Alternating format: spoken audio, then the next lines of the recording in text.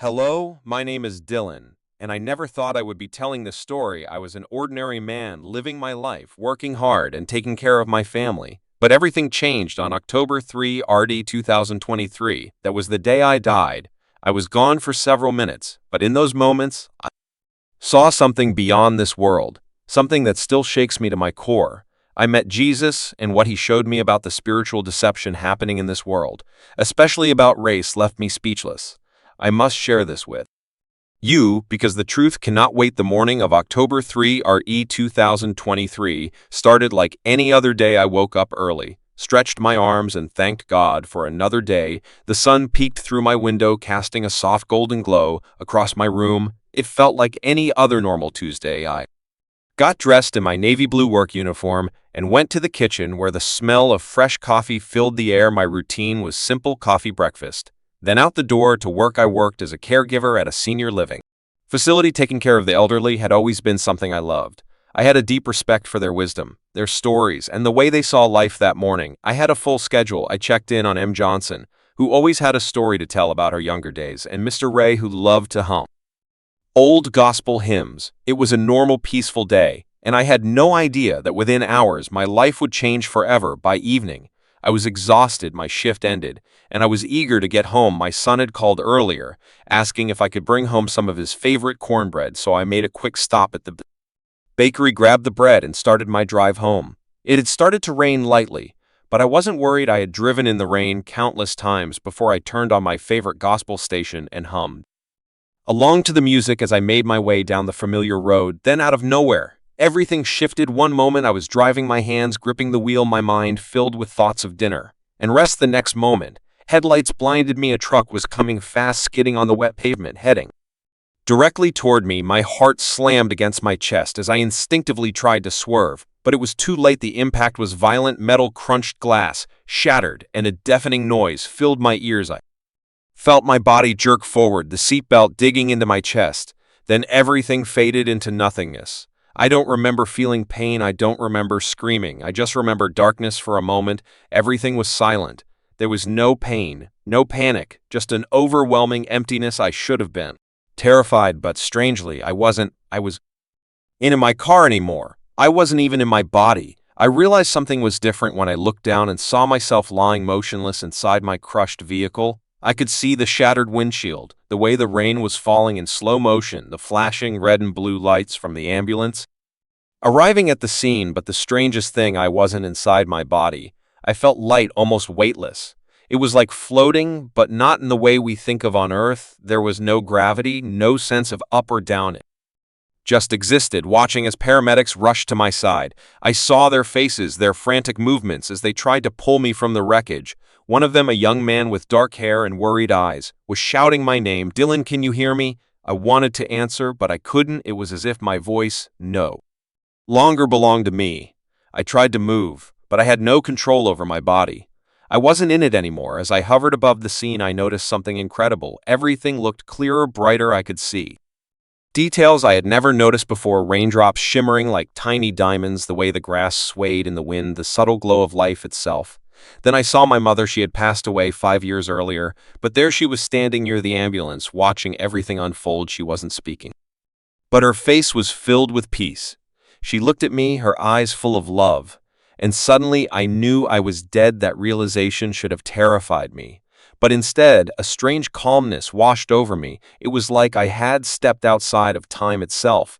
The fear, the stress, the worries of the world, all of it was gone. That's when I saw the light. It wasn't like the headlights from the truck or the flashing ambulance lights. This light was alive. It came from everywhere and nowhere at once. It was warm, embracing me like a long-lost friend. It was calling me. I felt myself being pulled toward it, and as I moved closer, a deep sense of love filled every part of me. It was like stepping into the arms of someone who had known me my entire life, someone who had been waiting for me. Then I heard a voice dialing come.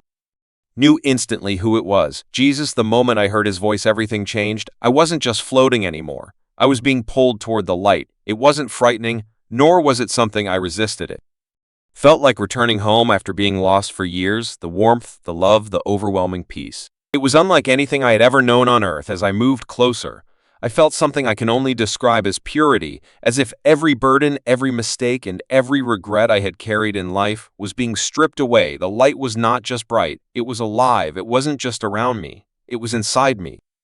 Knew who was waiting for me before I even saw him, Jesus. I didn't need an introduction, and I didn't need proof deep in my soul. I knew it was him. His presence was so overwhelming that I could barely take it was like standing before the sun, except instead of burning, his light healed. It seeped into every part of me, filling the spaces I hadn't even realized were empty. I fell to my knees. I don't know if I had knees in that form, but I felt the action of bowing before him, not out of fear, but out of something deeper, love or reverence. Every inch of my being recognized his authority, his goodness, his power. Then he spoke again, "Dylan, rise." I stood, and for the first time I saw him clearly, his face. Oh, how do I describe it? It wasn't just beautiful, it was beyond human words. His eyes held eternity in them, a depth so profound that I felt like a child staring into the endless sky. Love radiated from him, not the kind of love we speak of on earth, but a love so vast, so deep it completed me. And yet there was something else in his gaze, sorrow. I didn't understand it at first. Why would Jesus, the King of Kings, the Prince of Peace, carry sorrow in his eyes? But before I could ask, he reached out his hand, and the moment his fingers touched mine, a wave of understanding flooded over me. I saw everything. I saw the world, not just as it was, but as he saw it, the pain, the deception, the way people had been led astray. I saw people dividing themselves, not realizing that they were being manipulated by forces unseen. I saw a war, not of flesh and blood, but a spiritual battle raging across the earth, and most people didn't even know they were part of it. Tears filled my eyes. I couldn't help it. "Lord, what is happening?" I whispered.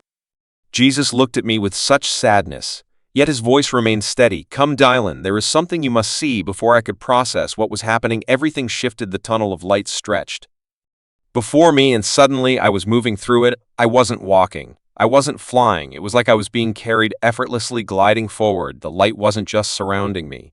It was flowing through me, filling me with warmth and energy, unlike anything I had ever known. I started to hear something in the distance, music, but not the kind we hear on earth. It was pure, powerful, alive voices blended together in perfect harmony, singing words I didn't understand yet, somehow felt. Then I noticed something incredible. The walls of the tunnel weren't solid. They were filled with moving images. Each one showed moments from my life, but instead of seeing them from my own perspective, I was seeing them from Jesus's eyes. I saw myself as a child sitting alone on the playground. I'd always thought I was just another kid no one noticed, but in this vision I saw angels standing beside me even when I felt lonely. I had never truly been alone. I saw moments I had forgotten, times when I had spoken kind words to a stranger, times when I had forgiven someone who hurt me, times when I had prayed in secret for people who never even knew. Every moment mattered. Every action had echoed into eternity. Tears streamed down my face. "Lord, I had no idea." Jesus smiled, but there was something serious in his expression. "Everything choice has weight, Dylan. Every thought, every word, every action. That is why I must show you what comes next." The tunnel shifted again, and suddenly I wasn't looking at my past anymore. I was looking at the future. The light around me dimmed, and I found myself standing in what looked like a normal city. Street people walked by, going about their daily lives. Nothing seemed out of the ordinary at first. Then I noticed something strange. No one was speaking to each other. People moved through the streets, eyes fixed on small glowing devices implanted under their skin. Transactions were made without cash or cards, just a wave of their hands over senses. Families sat together in restaurants, but instead of talking, they stared blankly into the air, as if being guided by something unseen. I turned to Jesus, my heart pounding. "What is this?" He looked at me, his face filled with sorrow. "This is what comes next." As I stood there watching the strange, silent world before me, I turned back to Jesus. His eyes held an expression I could only describe as deep sorrow mixed with unshakable love. "Dylan, you must understand what is happening." I wanted to ask so many questions, but before I could speak, everything around us shifted again. Suddenly, I was no longer in the city. I was standing in a place that felt more real than anything I had ever known. It wasn't heaven, not yet, but it was a place of divine presence. The air felt alive. It carried a fragrance of something indescribable, like purity, love, and holiness woven into a scene. There was no sun yet. The light was everywhere, radiating from a single source in the distance, and then he stepped forward. I had already sensed his presence, but now I saw him in fullness. Jesus' robes were white, but not like any fabric on earth. They shimmered, as if woven from light itself. His his face was both familiar and impossible to describe. His eyes held oceans of wisdom, fire of righteousness, and depths of love, so overwhelming I felt like I could dissolve into them. I fell to my knees instantly. I wasn't forced to. My soul knew who he was, and the only thing I could do was worship. Every fiber of my being recognized him, not just as my savior, but as the very reason I existed. His voice was powerful, yet gentle, filled with authority, yet brimming with compassion. Rise, Dylan, I have much to show you. His hand reached out, and as soon as he touched me, waves of love and truth poured into me. Every fear I had ever held, every doubt, every hidden wound in my soul, he saw them all, yet his love never wavered. Lord, why did you bring me here? I finally whispered. He looked at me, his expression serious, because the world is being deceived, and you must see the truth before it is too late. The moment he spoke those words, everything changed again. The light around us shifted, and suddenly we weren't standing in the divine presence anymore. Instead, I saw the world, but not just as we see it in the physical realm. I saw it through spiritual eyes. I saw entire cities covered in a thick, dark mist, a mist that most people couldn't see. This darkness was not natural.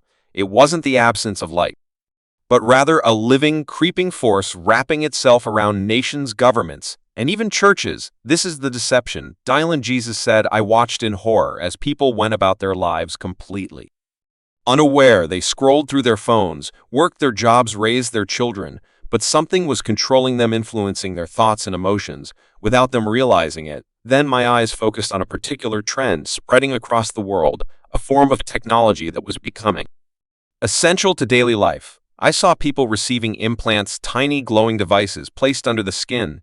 These weren't just ordinary microchips. They were spiritual chains disguised as convenience. This is how the world will be prepared, Jesus said solemnly.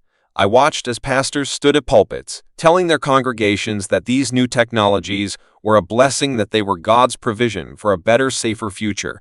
I saw Christians willingly accepting them, convinced that it was just a new way to engage with the modern world. I turned to Jesus, my heartbreaking Lord. Don't they see it? He shook his head. No, because they do not ask me. They trust the world's wisdom over mine. I wanted to cry out, to shake them awake, to warn them, but I couldn't. This was only a vision, a warning. Jesus was showing me, come, Dylan. He said there is more. At first, I didn't understand where Jesus was taking me next. The vision shifted again, and I saw people of every race and color moving through life with deep-rooted divisions they didn't even recognize. I saw Black people carrying pain, anger, and resentment passed down through generations, sometimes without even knowing why. I saw white people carrying shame, confusion, and guilt, struggling to understand their place in the world. Then Jesus said something that shook me to my core. Do you see? They are not each other's enemies. They are all my children. I gasped as the spiritual reality hit me. The division between black and white wasn't natural. It was engineered. I saw dark forces whispering lies into both groups, twisting history, magnifying wounds, and using pain as a weapon for Black people. The enemy whispered, you are not valued. They will always see you as less. Hold on to your anger. Never forgive. For white people, the enemy whispered, you are responsible for everything. You are guilty. By birth, you can never do enough to make up for the past. And both sides were believing the lie. Jesus turned to me, his voice filled with love and urgency. The enemy uses history to keep them blind, but I came to set them free. There is no black, no white, only my people. Tears streamed down my face as I saw the spiritual chains wrapping around people's minds. It was never about race. It was always about control. I suddenly understood why Jesus had sorrow in his eyes. People were so focused on fighting each other, they didn't see the real battle happening above them. Dylan, this deception is strong, and many will be lost because of it. I fell to my knees. Lord, what can we do? Jesus placed a hand on my shoulder. Tell them the truth. Some will listen, some will not, but the truth must be spoken. I could barely breathe from what I had just seen, the division, the deception, the way the enemy had twisted everything. It was overwhelming. I looked at Jesus, my soul trembling. Lord, how did we get here? How did we let this happen? Jesus GED at me with such deep love and sorrow that I felt my spirit break. Dylan, my people have forgotten who they are. The moment he said it, understanding flooded through me. The enemy had not just divided people by race or by lies. He had stolen their identity. I saw people wandering through life without purpose, searching for meaning in temporary things, money, power, validation from others, never realizing that they were created for so much more. Then in a flash, I was taken to a place that looked like a great hall. It was filled with souls, not physical bodies, but beings of light, full of potential and promise. These are the ones who have yet to be born. Jesus explained, each one is sent with a purpose. Each one is given gifts to fulfill their calling. But when they enter the world, the enemy begins his work. He confuses them, weakens them, distracts them, so they forget why they were sent. I watched as these pure souls entered the earth, and the moment they were born, the battle for their identity and destiny began. Some were raised in homes where they were loved and guided toward their divine calling. Others were led astray by broken families, addictions, or pain that made them question if they even mattered. Some were manipulated by society into believing their worth was based on their appearance, intelligence, or achievements. The enemy had an entire system designed to keep people from fulfilling the purpose God placed inside them. I turned to Jesus, heartbroken. Lord, how do we fight this? How do we wake people up? He took my hands in his and said, tell them who they are, tell them why they were created, and most importantly, tell them that I have not forgotten them. Then he showed me something that gave me hope. In the middle of all this deception, I saw light rising from certain people, those who had found their purpose, who refused to be controlled by the enemy's lies. They were ordinary people, teachers, mothers, fathers, workers, students, pastors, leaders, each one carrying a light that pushed back the darkness around them. These are my warriors. Jesus said they do not need swords or weapons. Their weapon is truth. The more these people spoke truth, the more chains fell off those around them. The enemy could not stop them because truth is more powerful than any lie. I looked at Jesus, my soul burning with urgency. I have to go back, don't I? He nodded. Yes, Dylan, but first there is one last thing I must show you. The moment Jesus spoke those words, everything around us shifted again. The warmth and peace of his presence were still there. But what I saw next shook me to my core. I was standing in what looked like a massive city, larger than anything I had ever seen, but something felt wrong. The buildings were sleek and modern with glowing screens everywhere. The streets were silent, though thousands of people moved through them. There were no cars. People simply walked in perfect lines, their faces emotionless, their eyes locked on invisible data streams projected in front of them. I turned to Jesus, my heart pounding. Lord, what is this? His face was sorrowful. This is the world as it will be if they do not wake up. I watched as people went through their day routines like machines. They worked, they ate, they shopped, but something was missing. No one laughed, no one cried, no one questioned anything. Then I saw the source of control above the city. A massive holographic image of a leader was displayed on towering screens. He was charismatic, well-spoken, and people looked up to him with admiration and devotion. This is the one the world will follow, Jesus said, the one they will trust, but they will not see the chains he places upon them until it is too late. I saw governments promoting unity, safety, and peace, but behind their words was something sinister. People willingly gave up their freedoms, believing they were making the world better, and then I saw something that made me tremble. People were lined up in massive crowds, stepping forward to receive something. At first, I couldn't see what it was. But as I got closer, my heart dropped. They were receiving an upgrade, a small implant, just under their skin. I turned to Jesus in shock. Lord, is this the mark? He shook his head. Not yet, but this is how they will be led to accept it. Step by step, deception by deception. First, they will make it convenient, then they will make it necessary, and finally, they will make it mandatory. Tears filled my eyes. I wanted to scream, to warn them, to tell them to stop, but they couldn't hear me. They were too entranced, too deceived, too willing to trust the system. I turned to Jesus, desperation in my voice. Lord, how do we stop this? His voice was filled with both sorrow and hope. Some will listen, some will not, but those who know my voice will not be deceived. You must tell them, warn them before the time comes. Then everything shifted again. I found myself standing in an open field. The city was gone. The towering screens had vanished.